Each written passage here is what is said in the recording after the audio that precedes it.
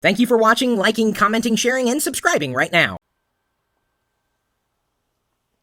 What is the best piece of science fiction you have ever read? I don't mean watched, television or movies. They don't count. Not even listen. Radio doesn't count. Read. The best piece I've ever read was actually a short work called A Logic Named Joe. And a logic named Joe pretty much predicted what the internet would be, decades before the internet was even possible. And, it's interesting to see how far we've come. We've written an article. It's really a kind of a review of one of Stephen King's novels, a recent one. And take a look. The link, of course, is for you in the description for the video. In fact, let me go ahead and pull it up there on lockergnome.com. I'll go ahead and +1 it, tweet it, and like it on Facebook so that other people, my friends, might want to take a look and potentially learn more about this particular new novel from Stephen King. And, from my understanding, again, from the review that we've crafted for you, it's about alternative timelines.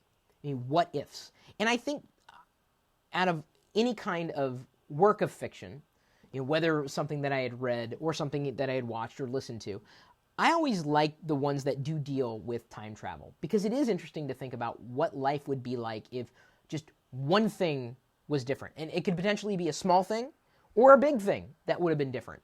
It's one of the reasons why the idea of alternate universes and parallel universes is so intriguing, to think that one small change could mean all the difference in the world, if not the universe. So if you have any amount of geek or nerd in you, you have to love the idea that things could change with just one small adjustment of the timeline. And time travel may be possible. You could say that it's not possible, but there are people who say, no, we can prove now that these particles are moving faster than the speed of light, which could then open the door to the possibility of us being able to travel through time, potentially. Who knows? I'm not a scientist, not even close to it, but it's certainly intriguing to think about. To think about your own life and one thing that you would have changed that would have spelled all the difference. I mean, there are things in our lives that we know if we would have done it differently, things would have turned out different. And that's one of the reasons why I try not to dwell on the past too much. Like, oh, if I did this, woulda, shoulda, coulda. Yeah, it doesn't matter. I'm here today. I'm happy. I'm on a good path, and hopefully you are as well. But you thought Stephen King was, just only about thrillers and horror. Well, not necessarily. He's got a big streak of geek in him. I guess you can call him a horror geek. Horror geek. Hopefully no one heard that as horror geek. That would be a different kind of geek altogether. Although I suppose you can have either one of them. Really. Let's see here. How many gadgets? Oh, I don't know.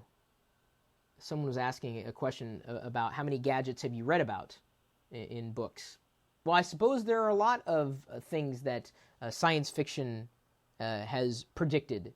And before we had these items in hand, we were only dreaming about them through the words of others.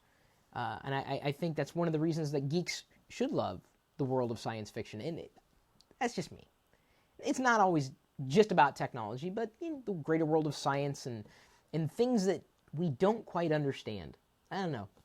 There's still something to be said about the good old book, even though I really only find myself drawn to things of a more visual nature. I like books with pictures in them, but there were no pictures in this book, other than what was on the cover.